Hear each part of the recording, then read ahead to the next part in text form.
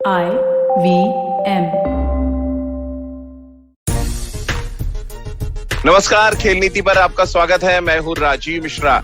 आज का दिन बेहद खास है क्योंकि आज खेल नीति का 50वां एपिसोड है और इस खास दिन पर हमने बेहद खास मेहमान को आमंत्रित किया है। खेल नीति के प्लेटफॉर्म पर मशहूर कमेंटेटर और 1992 वर्ल्ड कप पाकिस्तान टीम के विजेता रमीज राजा इस समय हमारे साथ सीधे दुबई से जुड़ रहे हैं, जो PSL में के साथ इस समय जुड़े हुए हैं, यानी कि पाकिस्तान सुपर लीग के साथ जुड़े हुए हैं। लेकिन आज वो बातचीत करेंगे हमारे साथ वर्ल्ड टेस्ट चैंपियनशिप के बारे में, बात IPL की करेंगे और साथ ही ये भी हमको बताएंगे कि पाकिस्तान में क्यों कोरोना की वजह से टूर्नामेंट स्थगित हुआ और हिंदुस्तान में भी वही कहानी दोहराई गई। आखिर ये पूरा माजरा है क्या। साथ ही आपको ये भी बताएंगे कि हिंदुस्तान के लिए जीतने के क्या कुछ चांसेस हैं, रोहित शर्मा और विराट कोहली के बारे में उनकी क्या राय है और खास तौर से न्यूजीलैंड को as a opponent world test championship में रमीज राजा किस तरह से देखते हैं। रमीज भाई 1992 में इमरान खान के टीम के मेंबर थे जिन्होंने वर्ल्ड कप जीता था, एकमात्र वर्ल्ड कप जो पाकिस्तान ने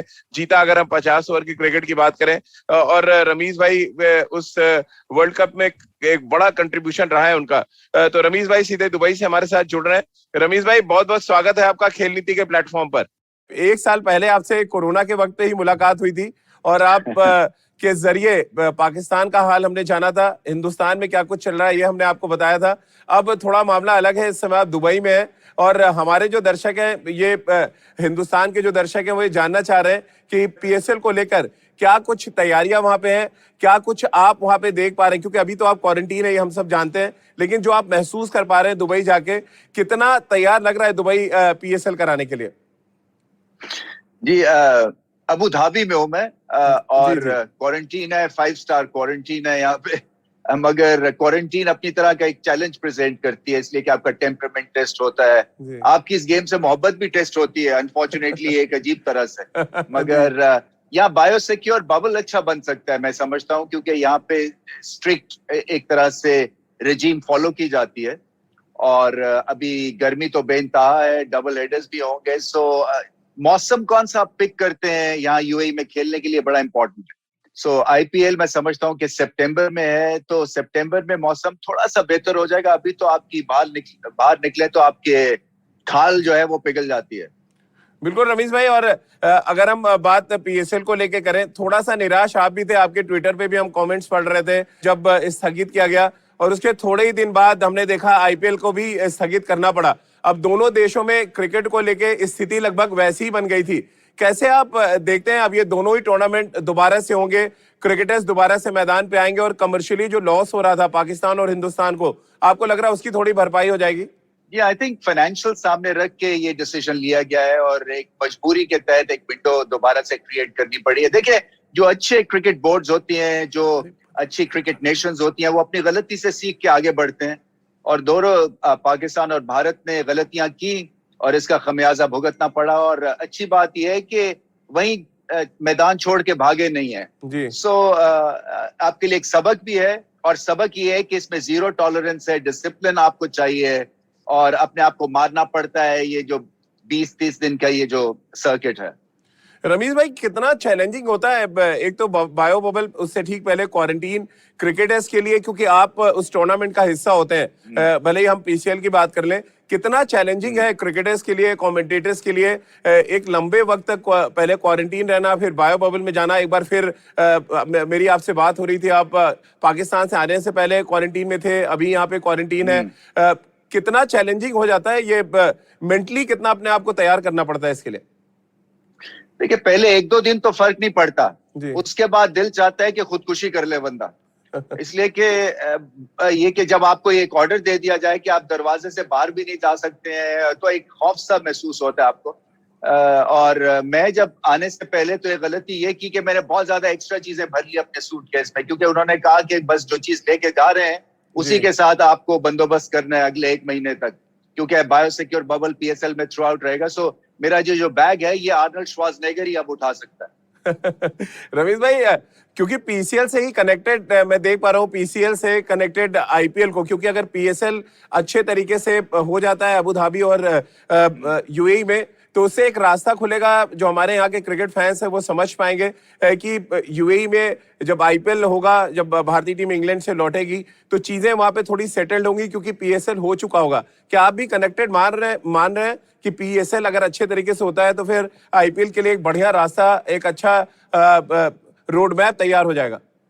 जी हाँ, बिल्कुल ऐसा ही होगा, इसलिए कि कोविड-19 सिचुएशन में हम एक दूसरे से सीखते हैं और सीखने को भी मिलता है, गलतियों से सीखने को मिलता है, और जो अच्छी ऑर्गेनाइजेशंस हैं उनको देख के फिर आगे बढ़ने का तरीका आपको समझ में आता है। तो मैं समझता हूँ कि पीएसएल अगर अच्छी तरह से हो जाता है, तो अगर वर्ल्ड कप भी यहीं यूएई में होता है और फिर आईपीएल भी यहाँ पे होती है, तो एक तरह से अच्छी एक्सरसाइज हो जाएगी सबकी, क्योंकि यहाँ पे आपके पास होटल्स हैं, यहाँ पे आपका बायोसिक्योर बबल बनाना आसान होता है, और फिर आप एक रेजिम को फॉलो करते हैं। सो उस लिहाज से मेरे ख्याल से lot to look forward to है।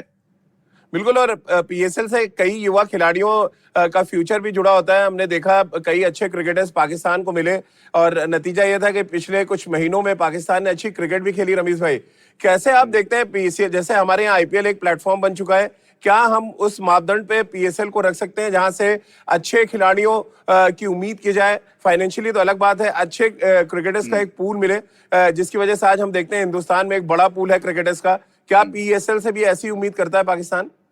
देखिए, बैटिंग अभी भी कमजोर चल रही है हमारी, और वहां पे पीएसएल को ज्यादा कंट्रीब्यूट करना है। मेरे ख्याल से जो आप एक्सपोज यंग टैलेंट करते हैं वर्ल्ड क्लास डगआउट में, और जब आप मैदान में उतरते हैं तो एक बेखौफी सी आप महसूस करते हैं, क्योंकि एक जो वो डर होता है वो आपका उतर जाता है, और हर मैच जो है वो एक सॉलिड टेम्परामेंट मांगता है, प्रेशर वाला मैच होता है, और ज्यादातर आपका लोकल टैलेंट ही क्रंच मोमेंट्स पे डिलीवर करता है, क्योंकि उनको कंडीशंस से वाकफियत होती है।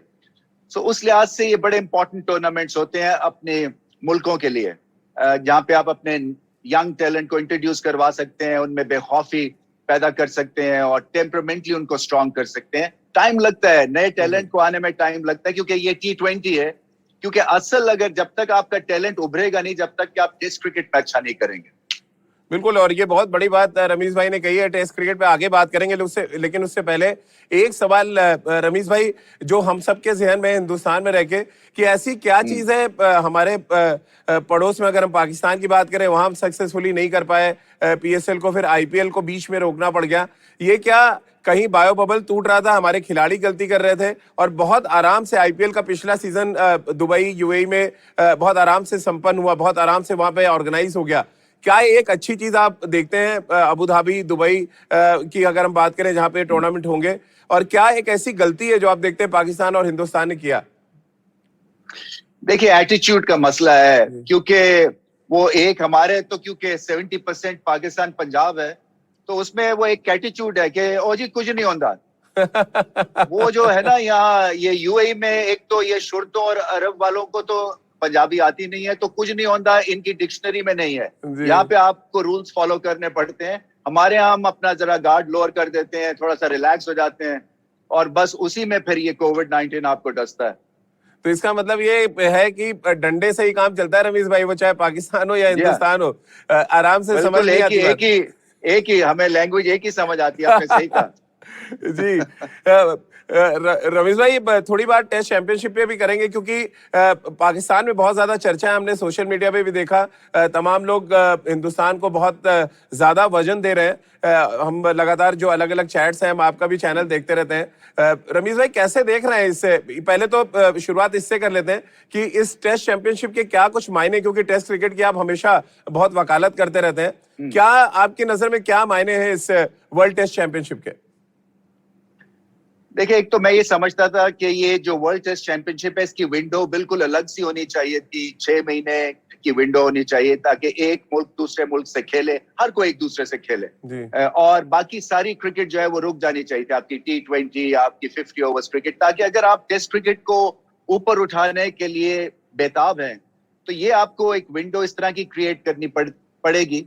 क्योंकि ये जो 2 साल का जो एक अरसा है, ये बहुत लंबा है। लोग जो है वो भूल जाते हैं कौन किसके खिलाफ खेला है। ये तो भारत क्योंकि फाइनल में आ गया, इसलिए कि इंटरेस्ट फिर बढ़ गया है। बट अगर आप सोचें न्यूजीलैंड और कोई और टीम खेल रही होती, तो इंटरेस्ट उतना नहीं होना था। सो एक तो इसकी विंडो थोड़ी सी आपको कम करनी पड़ेगी। देखिए, भारत की बड़ी जबरदस्त टीम बन गई है, और विराट कोहली की कप्तानी में एग्रेशन भी है, एक कंट्रोल मैडनेस मैं समझता हूँ, और जो गेम प्लान है वो एग्रेशन के ऊपर बेस करता है। और जब आप एग्रेशन के ऊपर गेम प्लान बेस करते हैं तो फिर आप बहुत ज्यादा फ्री हो जाते हैं, आपकी जो नेगेटिविटी है ना वो आपके सिस्टम से निकल जाती है। सो ये सब चीजें भारत वो कर रहे हैं जो हम इमरान खान के नीचे करते थे। सो मुझे खुशी होती है कि जो 2-3 बॉक्सेस इंडिया नहीं टिक करता था वो अब बहुत अरसे से, पिछले 5-7-10 साल से वो टिक कर रहे हैं, और इसी वजह से दुनिया में ये मशहूर टीम बन चुके हैं, हर जगह जाके मैचेस जीते। और जब तक आप ओवरसीज जाके टेस्ट मैचेस नहीं जीतते आप धाक नहीं बनाते हैं। और हमने देखा कि भारत ने शानदार परफॉर्मेंस दी ऑलमोस्ट बी टीम के साथ ऑस्ट्रेलिया में। सो इस वजह से उम्मीदें लग गई हैं। सो वो सब कॉन्टिनेंट बिल्कुल इनको फेवर करेगा और इनको बैक करेगा। रमीज भाई, आप भी as a cricket expert, as a cricketer, आप मान रहे हैं कि हिंदुस्तान का पलड़ा भारी रहेगा इस फाइनल मुकाबले में?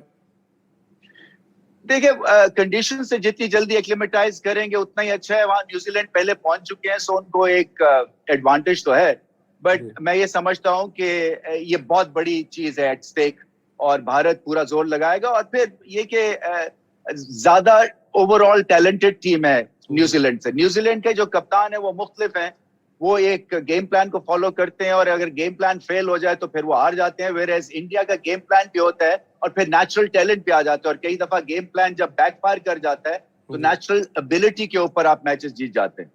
बिल्कुल। और रमीज भाई, पिछली बार लगभग 1 साल हो गया आपसे बातचीत की थी मैंने इंडिया न्यूज के प्लेटफॉर्म पे, तब तेज गेंदबाजों के बारे में, भारतीय तेज गेंदबाजों के बारे में आपने कहा था कि बड़ा वाइटल रोल वो प्ले करेंगे अगले 1 साल में। और हमने देखा टेस्ट चैंपियनशिप में क्या गेंदबाजी की भारत के तेज गेंदबाजों ने। क्या ये एक बड़ा फर्क डाल रहे हैं कि वर्ल्ड वाइड हम जीत रहे हैं? एक समय जो पाकिस्तान के तेज गेंदबाज किया करते थे आपके टाइम में, कुछ वही रोल जसप्रीत बुमराह, मोहम्मद शमी हो, ईशांत हो, या मोहम्मद सिराज ने जिस तरह से ऑस्ट्रेलिया में गेंदबाजी की, ऐसा लग रहा है पाकिस्तान से पेस बॉलिंग फैक्ट्री शिफ्ट हो गई है पूरी तरह से हिंदुस्तान। हाँ, कुछ ऐसा ही लग रहा है। कुछ हमारे पीएसएल में नए फास्ट बॉलर्स आ रहे हैं, अच्छे टैलेंट है, मगर जो इंडिया ने प्रोड्यूस किया है वो कमाल का फास्ट बॉलिंग टैलेंट प्रोड्यूस किया है। इसी वजह से अब वो पिचेस डॉक्टर नहीं करनी पड़ती हैं, ओवरसीज टूर्स पे जाके जीत जाते हैं भारत की टीम, इसलिए कि ओवरऑल स्ट्रेंथ है और बॉलिंग में स्ट्रेंथ है। पेस स्पिन दोनों जो आपके जो एक खाने हैं वो कवर्ड है, जिसकी वजह से आप रिलैक्स्ड होते हैं। आपका गेम प्लान भी जो है वो फ्लेक्सिबल होता है। ये नहीं है कि बस खास कंडीशंस पे ही आप चमकेंगे। ये जो बॉलिंग अटैक है ये हर कंडीशंस पे चमकने वाला है। बिल्कुल। और रमीज भाई, खास तौर से अगर हम पूरे, जिस तरह आप कह रहे हैं कि ये जो हमारा बॉलिंग अटैक है सारे कंडीशंस पे चमकने वाला है, अश्विन और जडेजा का रोल बड़ा इंपॉर्टेंट आप देख रहे हैं, क्योंकि साउथहैम्पटन में मैच है, आपने देखा है वहां पे कैसी विकेट होती है। पिछला 2 मुकाबला हालांकि हम साउथहैम्पटन में हारे, जब मोइन अली ने 17 विकेट ले लिए थे इंग्लैंड के खिलाफ। मैं इस लिहाज से कह रहा हूँ, क्या स्पिनर्स का रोल भी उतना ही वाइटल आप देखते हैं इंग्लैंड में? बिल्कुल वाइटल है, इसलिए कि आपको थोड़ी सी ब्रेक चाहिए होती है। कई दफा पेस ऑफ द बॉल जो है वो बैट्समैन को कंफ्यूज कर सकता है, चाहे वो इंग्लिश कंडीशंस हो। सो आपका जो बैलेंस के लिए स्पिन बड़ी इंपॉर्टेंट एक रोल प्ले करता है, और ये दोनों जो आपने इंडिविजुअल्स के नाम लिए हैं ये मौके के ऊपर आपको ब्रेक थ्रू दिलवाने वाले हैं। जी रमीज भाई, क्योंकि ऑफ स्पिनर्स की बात हो रही है, एक समय वर्ल्ड क्लास ऑफ स्पिनर्स आए पाकिस्तान से, सकलैन मुश्ताक, उसके बाद सईद अजमल आए, अब रविंद्र चंद्रन अश्विन भी कुछ वैसे ही काम कर रहे हैं। क्या रीजन आप देख रहे हैं? फास्ट बॉलर्स भी नहीं आए पाकिस्तान से, स्पिनर भी नहीं आ रहे, और हिंदुस्तान के पास आज वर्ल्ड का नंबर 1 स्पिन गेंदबाज है। एक समय जो दुनिया के बेहतरीन ऑफ स्पिनर वो पाकिस्तान में मिलते थे। देखिए, जो 2 आपने इंडिविजुअल्स की नाम ली, ये इन्होंने अपनी ग्रेटनेस बेस की थी दूसरे के ऊपर, और जब से दूसरा जो है वो उसको मतलब एक तरह से साइडलाइन कर दिया गया है। सो आपके जो अब स्पिनर्स हैं उनको अश्विन की तरह अपने आप को दिखाना है, और वो मुश्किल काम है, इसलिए कि अश्विन एक लाजवाब ऑफ स्पिनर है, इसलिए कि उनका फ्लोटर है, स्पिन भी करते हैं, मुख्तलिफ एंगल से वो बॉल करते हैं, समझदार हैं। सो इस पे टाइम लगता है। ये जो इस तरह का एक वन ऑफ जीनियस आते हैं ये बड़े मुश्किल से पैदा होते हैं। सो आपको वैल्यू करनी चाहिए अश्विन की। रमीज भाई, तमाम क्रिकेट एक्सपर्ट्स का ये भी कहना है अश्विन के बारे में कि वो 600 से ज्यादा विकेट ले सकते हैं। कुछ तो ये भी मान रहे हैं कि मुरलीधरन का भी रिकॉर्ड वो तोड़ सकते हैं, क्योंकि फास्टेस्ट 400 विकेट लेने का काम अश्विन ने किया, 78 टेस्ट मैचों में लिए उन्होंने। एज अ एक्सपर्ट कैसे आप देखते हैं उनके करियर को और क्या आपको मुमकिन लग रहा है 800 विकेट तक पहुंचना? देखिए, जिस हिसाब से वो विकेट्स ले रहे हैं, आपने अभी बताया कि क्या रफ्तार है उनकी, सो मेरे ख्याल से रिकॉर्ड तोड़ भी सकते हैं, फिट रहे वो।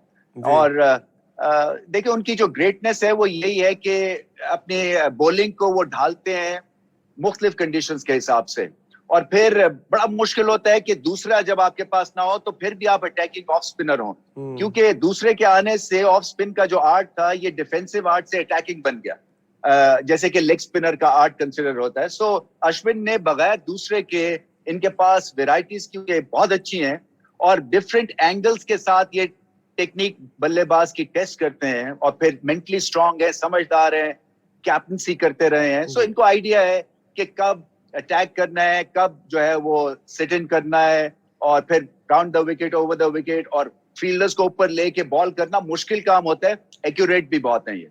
रमीज भाई, क्योंकि ओपनिंग बैट्समैन का बड़ा इंपॉर्टेंट रोल होता है इंग्लैंड में, आपने इंग्लैंड में काफी क्रिकेट भी खेली है, लेकिन बदलते समय के साथ बहुत कुछ बदला है। पहले आपके टाइम में गेंद को छोड़ना आना बड़ी क्वालिटी होती थी एज अ ओपनिंग बैट्समैन, अब गेंद को तोड़ना मुझे लग रहा है ज्यादा बड़ी क्वालिटी हो गई है, क्योंकि रोहित शर्मा जब हम खेलते थे ना तो नेट, तो अगर नेट कर रहे हो ना तो ऊंची हिट मारे तो लास्ट राउंड कर देते थे। जी रमीज भाई, मुझे अभी भी याद है, क्योंकि हम लोग भी मैं थोड़ी बहुत क्रिकेट खेला हूं, अगर एक का स्वीप या आड़ा आप मार दीजिए तो नेट से बाहर भी बुला लिया जाता था उस टाइम में। और आज तो कंपलसरी है कि आप sweep, reverse sweep, switch hit जो भी खेल सके आप खेलें। कैसे आप देख रहे हैं अब दोनों एंड से, अगर आपको डैशिंग बैट्समैन पारी की शुरुआत कर रहे हो, रिस्की आपको लग रहा है रोहित शर्मा और शुभमन गिल इंग्लैंड के कंडीशंस में टेस्ट चैंपियनशिप का फाइनल, आपको लग रहा है एक थोड़ा रिस्की काम है, सामने टीम सऊदी और ट्रेंट बोल्ट जैसे गेंदबाज होंगे? नहीं, रिस्की नहीं है, आपको ज्यादा सोचने की जरूरत नहीं है। आपको जाना है और जाके अपनी गेम खेलनी है, और अगर देखिए एग्रेसिव रहना तो बड़ा इंपॉर्टेंट है, और ये भारतीय जो बल्लेबाज हैं इसी के ऊपर अपने अटैक बेस करते हैं, क्योंकि इनकी सोच एग्रेसिव है। सो अगर हाफ वॉली है उसको ड्राइव करना है, चाहे इंग्लैंड में खेल रहे हो या भारत में खेल रहे हो। हाँ, थोड़ा सा आपको आधा घंटा हल्का हाथ रखना है, उसके बाद फिर जब आप सेटल हो जाए, जैसे कि बेसिक प्रिंसिपल्स जो बैटिंग के हैं वो 100 साल में कुछ ज्यादा बदले नहीं है जी। सो अगर आपके पास इस तरह का ओपनिंग पेयर है तो उसको आप बैक कीजिए वो, और रोहित शर्मा अगर चल गए तो फिर आपको वो 200 करके देंगे। बिल्कुल। और रमेश भाई, आपके फेवरेट विराट कोहली के बिना चर्चा शायद अधूरी रहेगी। विराट के बारे में हमेशा आपके जो कमेंट्स होते हैं सोशल मीडिया पे, वो हिंदुस्तान में बहुत सराहे जाते हैं, लेकिन अभी प्रॉब्लम क्या है, 2019 बांग्लादेश के खिलाफ के बाद से वो शतक नहीं लगा पाए। एक लंबा टेस्ट दौरा है उनके सामने, पहले टेस्ट चैंपियनशिप, फिर इंग्लैंड में 5 टेस्ट मैचों की सीरीज, और वो जगह है जहां पे विराट हमेशा स्ट्रगल करते हैं। क्या कुछ सजेशन आप देना चाहेंगे विराट को इस बार इंग्लैंड दौरे के लिए? देखिए, मैंने जितनी उनकी ऑफ लेट बैटिंग देखी है, मुझे लगता है कि अपनी रिस्क ब्रेक करके थोड़ा सा क्रॉस द लाइन ज्यादा खेल रहे हैं लेग साइड पे। सो अगर अपने पोजीशन को मेंटेन रखें और सीधा खेलें, और उसके बाद फिर ये फ्लिक्स अपनी खेलें तो कोई हर्ज नहीं होगा। हालांकि उनको पता है कि उनको क्या करना है, ज्यादा सोचने की भी जरूरत नहीं। कई दफा आप ज्यादा सोचते हैं, प्रेशर डाल लेते हैं कि रन्स नहीं हो रहे, सेंचुरीज नहीं लग रही, वो खुद ही हो जाती है काम। मगर एज लॉन्ग एज कि आप पहले 20-25 रन सीधा करें, सीधा खेलें और रिस्क को ब्रेक ना करें, I think Virat Kohli major successful batsman बन सकते हैं। बिल्कुल मगर इस टेस्ट मैच में बिल्कुल। और बाबर आजम जिस तरह की बैटिंग कर रहे हैं रमीश भाई इन दिनों, हिंदुस्तान में हमारे जो सभा भाई, हमारे जो क्रिकेट एक्सपर्ट्स हैं, निखिल चोपड़ा, सबने उनको बहुत हाईली रेट किया, और फैब 4 की जगह फैब 5 अब बोलना शुरू किया, जहां पे बाबर आजम को जगह दी गई। हमने एक यहाँ पर कॉन्टेस्ट भी किया था जिसमें वर्ल्ड वाइड बाबर आजम को बहुत ज्यादा नंबर मिले थे। कैसे आप उनका देख रहे हैं पिछला 6-8 महीना जिस तरह से गया है, और क्या आपको लगता है कि अब वो उस जगह पे आ गए हैं जहां से वो विराट, रोहित शर्मा या केन विलियमसन, जो रूट, स्टीव स्मिथ जैसे बल्लेबाजों के कतार में खड़े हो जाएं? देखिए, बहुत अच्छा खेलते हैं, इसलिए कि उनके पास टाइम है, बैलेंस शानदार है, और अपने हिसाब से वो व्हाइट बॉल क्रिकेट खेलते हैं। कहीं आपको देखेगा नहीं कि जबरदस्ती कर रहे हैं, गेंद को मसल कर रहे हैं। एक रिदम है उनकी बैटिंग में, एक तसलसल है, और क्लासिकल शॉट्स खेलते हैं, इम्प्रोवाइज भी करते हैं, मगर वो भी होंडा अंदाज नहीं लगता है। सो स्टाइलिस्ट हैं और बहुत ही खूबसूरत दिखते हैं, मगर उनको ग्रेट बैट्समैन बनने के लिए अभी अपने टेस्ट करियर में बहुत कुछ करना है, और यहाँ आके उनको लगातार रन्स करने पड़ेंगे, फिर ही वो इस किताब में आएंगे, मगर दिखने के हिसाब से एस्थेटिक पॉइंट ऑफ व्यू से बहुत खूबसूरत दिखते हैं। बिल्कुल रमीज भाई, आप उन हेडमास्टर्स की तरह हैं जो नंबर बड़े कम देते हैं, मुझे लग रहा है। और अगर आप टीचर होते तो वाकई मेरा मकसद है कि ये कि देखिए, टेस्ट क्रिकेट को जब तक के उसमें आप स्कोर नहीं करते हैं और सेंचुरीज नहीं लगाते, और इस कैलिबर के बैट्समैन को करना चाहिए क्योंकि स्काई इज द लिमिट। सो मैं समझता हूं कि वहां पे अभी थोड़ी सी चूक है, मगर दिखने के हिसाब से और टॉप क्वालिटी अगर आप देखते हैं आजकल के बल्लेबाजों में, तो इनमें सब कुछ आपको दिखेगी। रमीज भाई, आखिरी सवाल आपसे लेना चाहूंगा। T20 वर्ल्ड कप होना है अब से कुछ ही महीने बाद। टॉप 3 टीमें आप किसको देख रहे हैं T20 फॉर्मेट के लिहाज से? यार, ये तो राजीव बड़ा मुश्किल सवाल है, इसलिए कि देखिए, भारत आता है उसमें क्लियरली आप न्यूजीलैंड को काउंट आउट नहीं कर सकते, इंग्लैंड को काउंट आउट नहीं कर सकते। पाकिस्तान को भी बहुत मेहनत करनी है, क्योंकि मैं समझता हूं कि अभी एक सर्किट लगेगा जिसमें हर टीम जो है ज्यादातर T20 मैचेस खेलेगी। सो अभी कॉम्बिनेशन ट्वीक कर रहे हैं, बट ये 2-3 टीम्स मुझे लगते हैं कि ये आगे रहेंगी फहरिस्त में। चलिए रमीज भाई, बहुत बहुत शुक्रिया आपका हमारे साथ जुड़ने के लिए, इस उम्मीद के साथ कि भारत और पाकिस्तान की टीमें एक बार बायलैटरल सीरीज में फिर साथ खेलते हुए नजर आए। क्योंकि जब आप पाकिस्तान क्रिकेट बोर्ड में सीईओ थे, तब आपने बहुत कोशिश की थी कि बायलैटरल सीरीज हो। कुछ ऐसी ही कोशिश की उम्मीद हम सब कर रहे हैं कि जल्द कोरोना के हालात बदलें। हम आईसीसी टूर्नामेंट्स में तो साथ खेलते हैं, लेकिन हिंदुस्तान और पाकिस्तान की टीमें जब बायलैटरल सीरीज में मैदान पर होती हैं तो उस समय क्रिकेट का रोमांच अपने चरम पर होता है। तो हम सब ये उम्मीद कर रहे हैं, और साथ ही जिस तरह से पाकिस्तान के लोग दुआएं कर रहे हैं कि हिंदुस्तान वर्ल्ड टेस्ट चैंपियनशिप जीते, न्यूजीलैंड को हराए, हमारी तरफ से ढेर सारी शुभकामनाएं पाकिस्तान को भी, और बहुत बहुत शुक्रिया आप कहिए पाकिस्तान के फैंस को भी, जो यूएई में आपके साथ फैंस जुड़े हैं उनको भी हमारी तरफ से शुक्रिया। और आपकी दुआएं रहे हिंदुस्तान की टीम के साथ और हिंदुस्तान की टीम जीते, इस बात की उम्मीद हम सब कर रहे हैं। तो बहुत बहुत शुक्रिया रमीज भाई आपका हमारे साथ जुड़ने के लिए। तो आईवीएम के फेसबुक पेज और आईवीएम के यूट्यूब चैनल पर आप खेल नीति का हर एपिसोड रोज सुन सकते हैं शाम 7:30 बजे। इसके अलावा आप मेरे साथ भी जुड़ सकते हैं @राजीव मिश्र पे। इसके अलावा खेल नीति का हर एपिसोड आप सुन सकते हैं आईवीएम ऐप पर, ivmpodcast.com पर। इसके अलावा गाना स्पॉटिफाई, सावन, गूगल पॉडकास्ट या अन्य आईवीएम पॉडकास्ट के प्लेटफॉर्म्स पर आप खेल नीति के हर एपिसोड को सुन सकते हैं। बहुत बहुत शुक्रिया आपका हमारे साथ जुड़ने के लिए।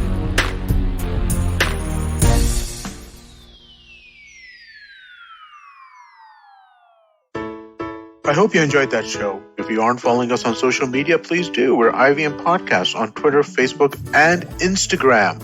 I'd like to thank the sponsor of the network this week, Credencia. Thank you so much for making this possible. On Cyrus Says, Cyrus was joined by actress Shreya Pilgaonkar to talk about her career in acting. On Begin the Journey, Ashish Vidyarthi lists down the modern concepts of friendship and how one can choose the right friend circle in life on Begin the Journey.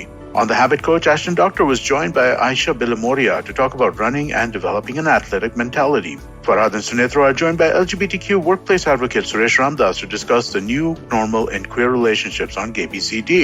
On Tere Mere Raaste, Keshav Chaturvedi takes us to the riverbanks of Banaras and describes the soulful mornings to us. And finally, on the Positively Unlimited podcast, Chetna Chakravarti takes the fear out of the word responsibility. And with that, I hope to see you again next week.